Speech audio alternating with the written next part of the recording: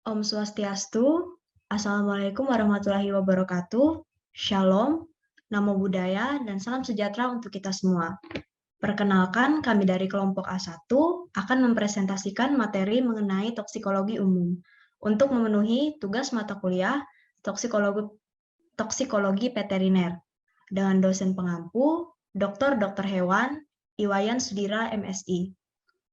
Adapun anggota dari kelompok kami, yaitu Esli, dengan NIM akhir 001, Katarina Diana Boki, dengan NIM akhir 002, Stefani Lepina, dengan NIM akhir 003, dan Viviana Anya Putri Tanura Harja, dengan NIM akhir 004.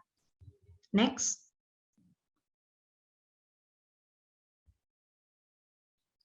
Selanjutnya, saya serahkan kepada pemateri pertama. Baik, perkenalkan saya Viviana dengan NIM akhir 004. Kali ini saya akan menjelaskan pengertian mengenai toksikologi. Toksikologi yang berasal dari kata Yunani, toksikon yang artinya racun dan logos yang artinya studi ilmiah, adalah studi tentang racun. Bidang toksikologi ini sangat luas, yang mencakup identifikasi dan karakterisasi racun, sifat fisik dan kimianya, nasibnya di dalam tubuh, dan efek biologisnya. Selain itu, toksikologi juga berkaitan dengan pengobatan kondisi penyakit yang disebabkan oleh racun. Slide selanjutnya.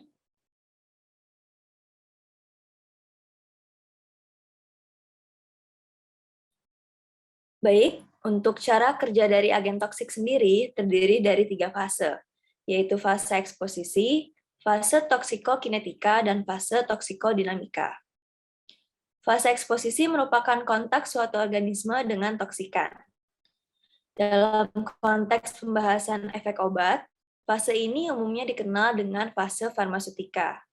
Fase farmaseutika meliputi hancurnya bentuk sediaan obat, kemudian zat aktif akan melarut dan terdispersi molekular di tempat kontaknya, sehingga zat aktif berada dalam keadaan siap terabsorpsi menuju sistem sistemik. Lalu yang kedua, pada fase toksikokinetika, agen toksik akan melalui 4 proses. Fase yang pertama adalah absorpsi, di mana agen kimia ini harus mencapai tempat kerjanya untuk memberikan efek toksik dengan melintasi sejumlah membran tubuh, misalnya kulit, paru-paru, saluran pencernaan, dan membran sel darah merah. Komposisi membran ini bervariasi, sehingga menghasilkan berbagai tingkat resistensi terhadap penetrasi. Selanjutnya adalah proses distribusi. Setelah diabsorpsi, di salah satu membran sel tubuh, toksikan memasuki darah sehingga dapat didistribusikan ke organ dan jaringan tubuh. Toksikan meninggalkan darah dan memasuki jaringan dengan kecepatan yang bervariasi, tergantung pada sejumlah faktor, yaitu seperti laju aliran darah, kemampuan toksikan untuk melintasi dinding endotel kapiler, dan sifat fisikokimia toksikan itu. Setelah distribusi, metabolisme toksikan biasanya terjadi dalam beberapa langkah. Komponen kunci metabolisme adalah mengubah toksikan menjadi bentuk yang larut, sehingga dapat dikeluarkan dari tubuh. Untuk mencapai hal ini, konversi metabolik dapat dikategorikan menjadi 2 langkah atau fase, yang secara klasik dikenal sebagai metabolisme fase 1 dan metabolisme fase 2. Untuk langkah toksikokinetika terakhir, melibatkan pengeluarannya dari tubuh melalui sejumlah jalur. Mengeliminasikan melalui urin adalah rute ekskresi yang paling umum.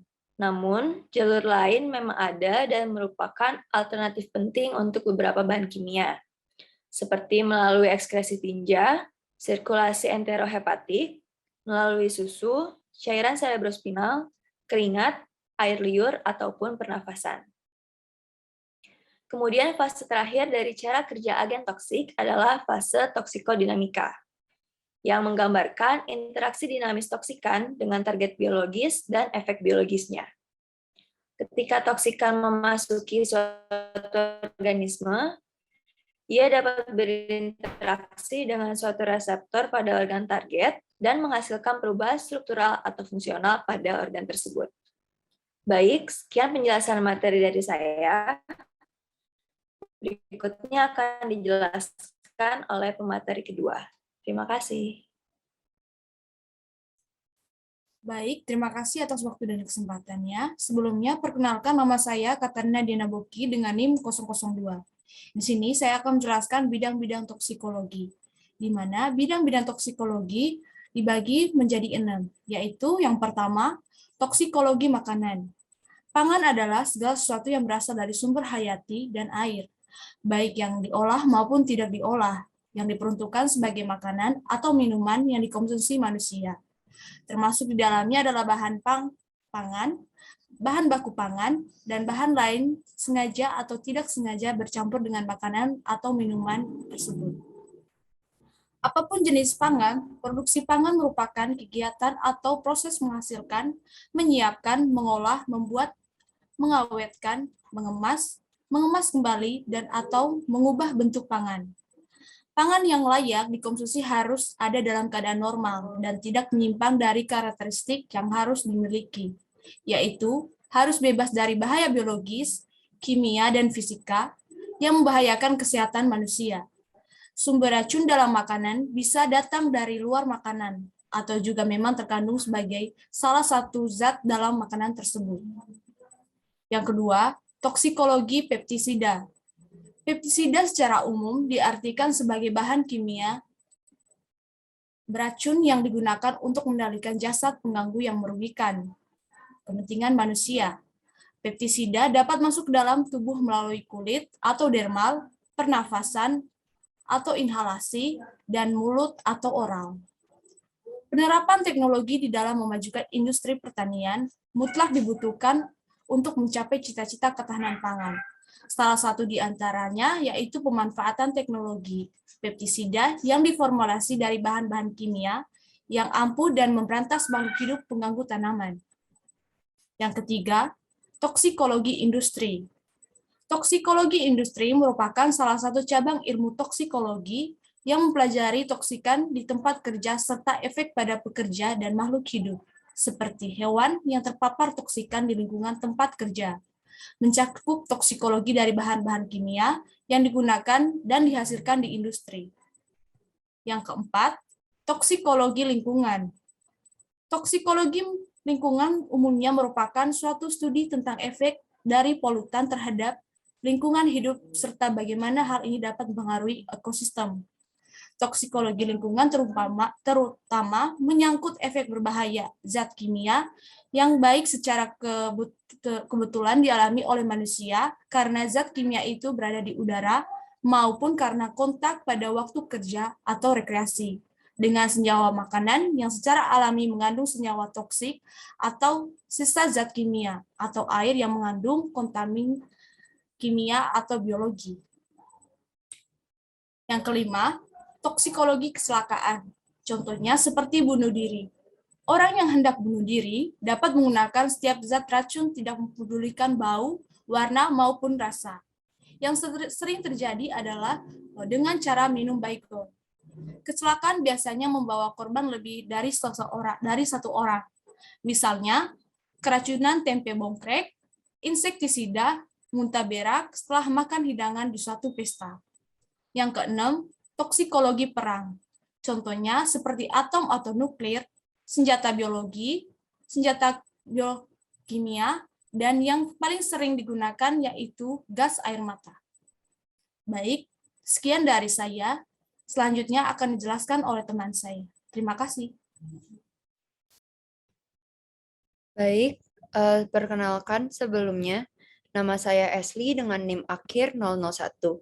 Di sini saya akan menjelaskan mengenai gejala klinis yang ditimbulkan jika hewan mengalami keracunan. Tanda-tanda keracunan pada hewan dapat sangat bervariasi berdasarkan toksikan yang menyebabkannya. Dibagi menjadi 4 berdasarkan akibat yang ditimbulkan dari keracunan ini. Yang pertama ada tanda-tanda gastrointestinal dengan gejala klinis yaitu mual, muntah, diare, dan hipersalivasi. Selanjutnya dapat terjadi pendarahan di dalam dengan gejalanya yaitu batuk darah, muntah darah, gusi pucat, detak jantung yang meningkat, kelemahan atau kelesuan, dan kolaps. Selanjutnya ada gagal ginjal. dengan gejala yang ditimbulkan yaitu halitosis atau nafas uremik, muntah, diare, haus, atau buang air kecil yang berlebihan, dan tidak adanya atau penurunan buang air kecil. Yang terakhir dapat menyebabkan gagal hati dengan gejala klinis yaitu penyakit kuning atau ikterus atau perubahan warna kuning pada gusi, kelemahan atau kolaps akibat gula darah rendah, sikap tidak normal, muntah, diare, dan kotoran berwarna hitam atau melena. Setelah kita mengetahui gejala klinis yang ada pada hewan, selanjutnya dilanjutkan dengan diagnosis.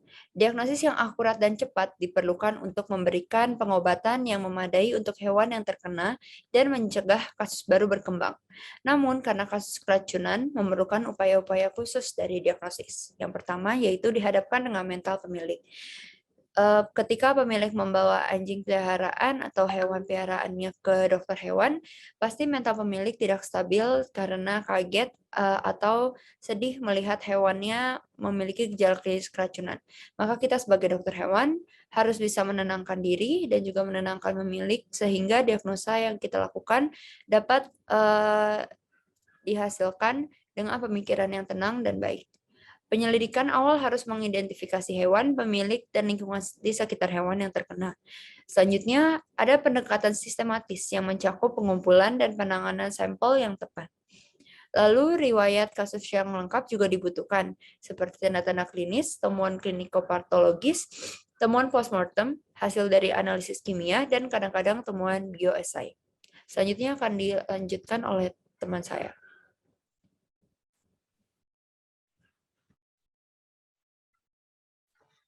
Baik, sebelumnya perkenalkan, saya Stefani Lepina dengan NIM akhir 003. Selanjutnya, ada cara penanganan jika terpapar toksik. Yang pertama, menjaga fungsi organ vital, dengan cara memastikan tidak ada benda asing dalam saluran pernapasan, dan juga dapat dilakukan pemberian napas buatan. Yang kedua, memperlambat atau mengurangi pemasukan racun, dengan dua cara, eksternal dan oral. Eksternal dengan cara membasuh dengan air hangat, atau polietin glikol jika terkena mata dengan larutan Na hidrogen karbonat 25%.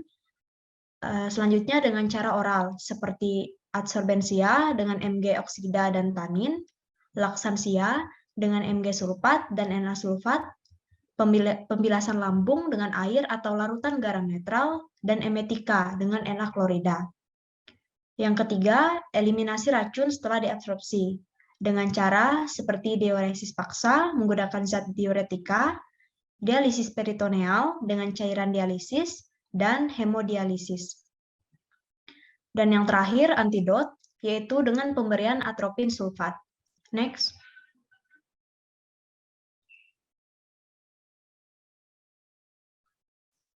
Demikian presentasi dari kelompok kami. Jika ada kesalahan kata, kami mohon maaf. Terima kasih.